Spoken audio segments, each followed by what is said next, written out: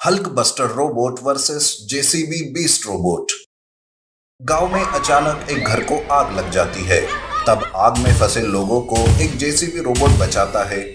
दरअसल वो JCB robot Pankaj का था। लोगों की जान बचाने की वजह से सारे लोग पंकज का धन्यवाद करते हैं और उसकी तारीफ भी करते हैं। एक आदमी कहता है, अरे पंकज, हर बार तुम हमारी मदद करने भागे चले आते हो। अगर तुम नहीं होते तो पता नहीं क्या होता इस गांव का। अरे ये सब मैं मेरे लिए ही तो कर रहा हूँ। आप सब मेरे अपने हो। और हाँ, ये तो मेरे पढ़ाई का नतीजा है जो मैं एक जेसीबी रोबोट बना सका। अगर मैं इतना भी नहीं करता तो मेरी पढ़ाई का क्या मतलब रह जाता। इस तरह से पंकज हमेशा गांव वालों की मदद करते रहता। कभी खेतों के कामों में जेसीबी रोबोट मदद करता तो कभी रोड बनाने में।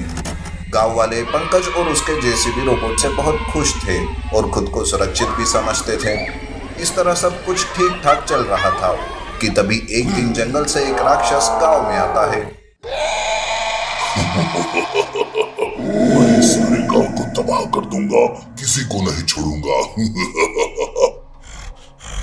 ऐसी भयानक हंसी के साथ वो गांव वालों को डराता है। वो जानवरों को पकड़कर खा जाता है और घरों को तोड़ने फोड़ने लगता है। गांव वाले तो बस जान बचाने के लिए इधर से उधर भाग रहे थे और जेसीबी रोबोट को पुकार रहे थे। पंकज, अरे पंकज, जेसीबी रोबोट को हमारी मदद करने भेजो। जेसीबी रोबोट तुम कहाँ हो? इस तरह से एक आदमी चिल्ला रहा था। राक्षस ने गांव वालों का बहुत नुकसान कर दिया था। वो गांव वालों पर हमला करने जाता है कि तभी वहां जेसीबी रोबोट आ जाता है। उसे देखकर राक्षस एक पल के लिए रुक ही जाता है और सोचता है, अब ये कौन है जो मुझे रोकने की कोशिश कर रहा है? सुनो, हट जाओ मेरे सामने से, नहीं तो तुम नहीं बच पाओगे। राक्षस जोर से चिल्लाते हुए जेसीबी रोबोट से कहता है, लेकिन जेसीबी रोबोट पीछे नहीं हटता और उस राक्षस के साथ लड़ाई करने लगता है। उन दोनों में भयानक लड़ाई शुरू हो जाती है।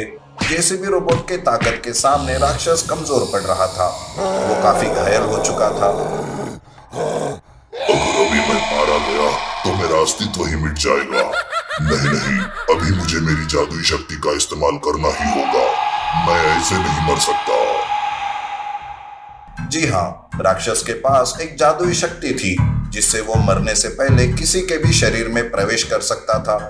बस इसी शक्ति का इस्तेमाल करके उस राक्षस की आत्मा उसी जेसीबी रोबोट में प्रवेश कर जाती है।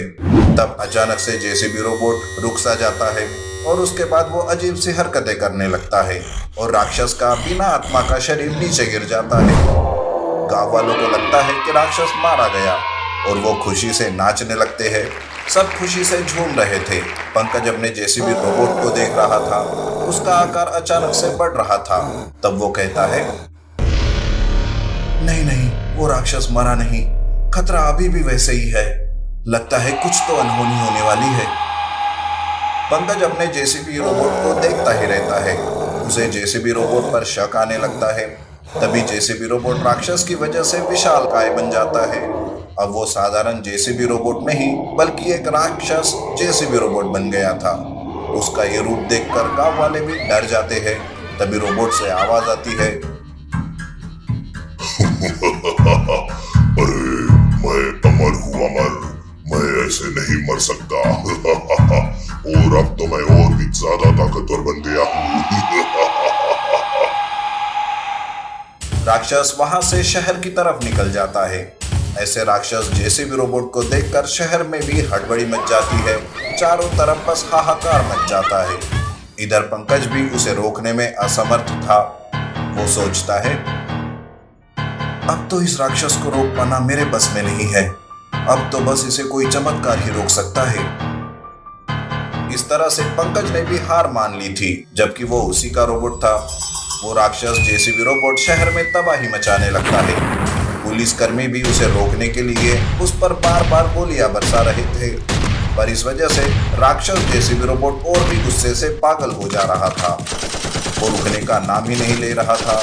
तभी अचानक से आसमान से लोहे की चीजें राक्षस जेसीबी रोबोट को घेर लेती है और उसे उसमें बंद कर लेती है।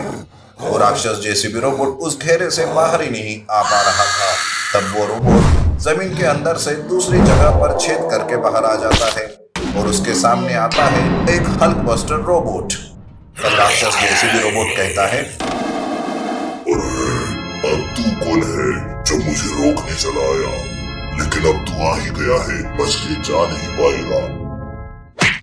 इस तरह से हल्क बस्टर और राक्षस जेसीबी रोबोट के बीच लड़ाई शुरू हो जाती है। दोनों भी एक दूसरे को बराबर की टक्कर देते हैं। इसी बीच हल्क बस्टर रोबोट को पता चल जाता है कि जेसीबी के अंदर राक्षस की आत्मा है। तब वो अपनी सारी पावर से पहले जेसीबी रोबोट के हर पार्ट्स को अलग करते जाता है और हाँ, इसी तरह से जेसीबी रोबोट के टुकड़े टुकड़े हो जाते हैं और राक्षस की आत्मा उन टुकड़ों में बट जाती है, जिस वजह से वो कुछ नहीं कर पाता। उसके बाद हल्क बस्टर रोबोट सारे जेसीबी रोबोट के टुकड़ों को अपने साथ अपनी दुनिया ले जाता है और वहीं पर उसे नष्ट कर देता है और इस तरह से राक्षस जेसीबी रोबोट का अंत हो जाता है। Golden robot versus silver robot. Lalit और सुंदर दोनों बहुत अच्छे दोस्त थे। वो दोनों एक ही कॉलेज में इंजीनियरिंग पढ़ते थे। ललित अमीर था तो सुंदर एक गरीब लड़का। एक बार कॉलेज में उनकी क्लास चल रही थी कि तभी प्रिंसिपल सर वहां आते हैं और एक प्रोजेक्ट के बारे में सारे स्टूडेंट्स को बताते हैं। Good morning students. आप सबके लिए एक बहुत बड़ी खुशखबरी है। अगले महीने एक रोबोटिक प्रोजेक्ट होने वाला है। जो कोई इस प्रोजेक्ट में रोबोट बनाकर हिस्सा लेगा और जिसका रोबोट अच्छा होगा उसे बड़ी बड़ी कंपनियों में जॉब के ऑफर्स मिलेंगे और वो कंपनी आपकी पढ़ाई का पूरा खर्चा भी उठाएगी। लेकिन हाँ, रोबोट गोल्ड या सिल्वर का होना चाहिए। So best of luck for your projects students. Principal sir project के बारे में इंफॉर्मेशन देकर चले जाते हैं। क्लास खत्म होने के बाद ललित और सुंदर इसी बात पर बात करते रहते हैं। सुंदर, मैं तो गोल्ड रोबोट बनाऊंगा। मेरे रोबोट को देखते ही कोई भी उसे सिलेक्ट कर देगा। सुंदर, तू तो इस बारे में सोच भी नहीं सकता क्योंकि तू गरीब है ना। अरे ललित, अब भी तू मेरा मजाक उड़ाएगा क्या? देख, गोल्ड नहीं तो क्या हुआ, मैं सिल्वर रोबोट तो बना सकता हूँ ना। हाँ हाँ, बना बना, सिल्वर रोबोट बना, पर वो मेरे गोल्ड रोबोट से कमजोर ही रहेगा। इस तरह दोनों रोबोट बनाने जुट जाते हैं। ललित गोल्ड रोबोट बनाता है। गोल्ड रोबोट सिर्फ बाहर से ही गोल्ड का बना था, अंदर तो बस लोहा ही लोहा था। लेकिन इधर सुंदर ने जो सिल्वर रोबोट बनाया था उसमें उसने सारी जगह सिल्वर का ही इस्तेमाल किया था। सिल्वर रोबोट बड़ा ही शक्तिशाली और पावरफुल था। इस तरह एक महीना बीत जाता है और वो दिन आखिर आ ही जाता है। सब अपने अपने रोबोट लेकर कॉलेज आते हैं। ललित सिल्वर रोबोट देखकर कहता है, अरे सुंदर, वैसे तूने कोशिश तो अच्छी की, पर हाँ यार, तेरी मेहनत ऐसे ही चली जाएगी क्योंकि मेरे गोल्ड रोबोट के सामने तेरा सिल्वर रोबोट टिक ही नहीं पाएगा। सारे रोबोट एक जगह पर रख दिए जाते हैं। बड़ी कंपनी वाले लोग आते हैं और एक एक करके रोबोट की बारीकी से छानबीन करते हैं।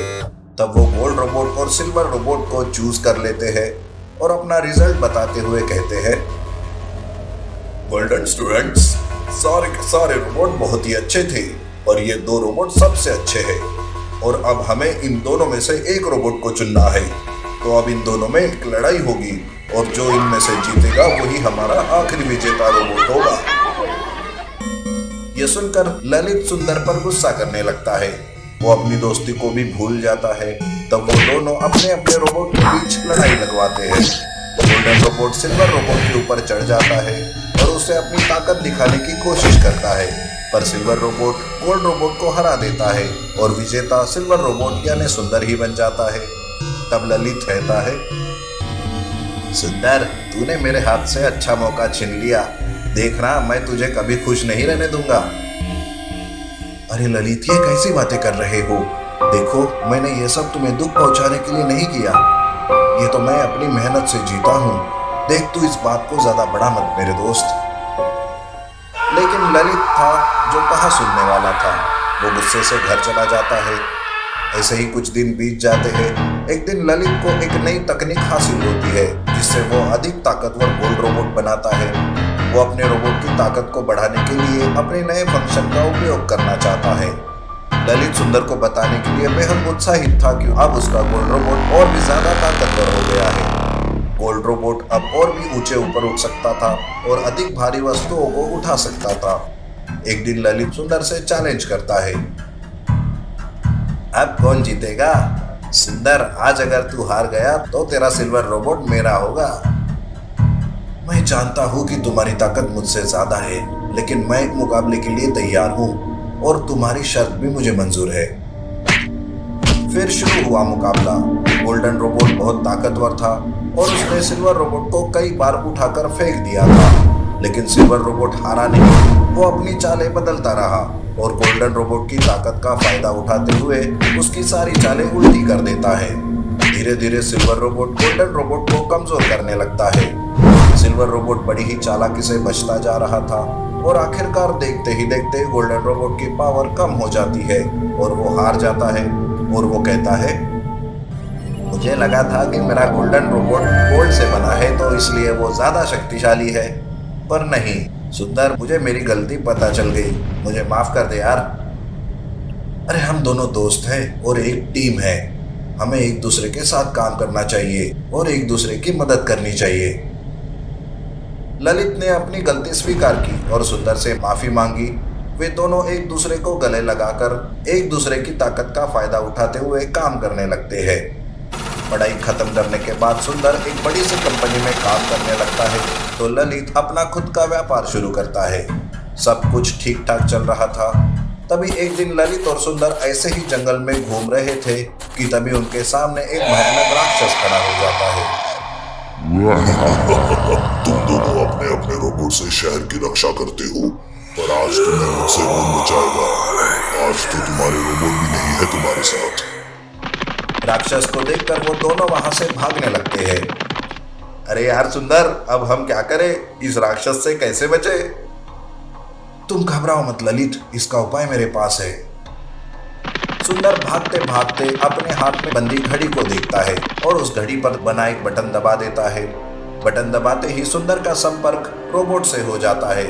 तब सुंदर कहता है, रोबोट जल्दी से गोल्डन रोबोट को लेकर जंगल आ जाओ, जल्दी करो। सुंदर के घड़ी से लोकेशन का पता सिल्वर रोबोट को चल जाता है। बस कुछ ही पलों में वो दोनों रोबोट उड़ते हुए जंगल आते हैं। गोल्ड रोबोट और सिल्वर रोबोट राक्षस के सामने आकर खड़े हो जाते हैं और उनमें भयानक लड़ाई शुरू होती है, पर राक्षस रोबोट से भारी पड़ रहा था। तब गोल्ड रोबोट और सिल्वर रोबोट दोनों एक साथ जुड़ जाते हैं और अपनी शक्ति से उस राक्षस पर एक तेज किरणें डालते हैं। तेज किरणें पड़ते ही राक्षस जलने लगता है और आखिरकार वो जलकर खाक हो जाता है। इस तरह से सुंदर और ललित की जान बच जाती है। अरे सुंदर, सच में तुम्हारी चालाकी और तुम्हारे इन्वेंशन का कमाल है। एक पल के लिए तो मैं बहुत ही डर गया था। इस तरह ललित और सुंदर दोनों अपने अपने रोबोट लेकर वापस घर चले जाते हैं।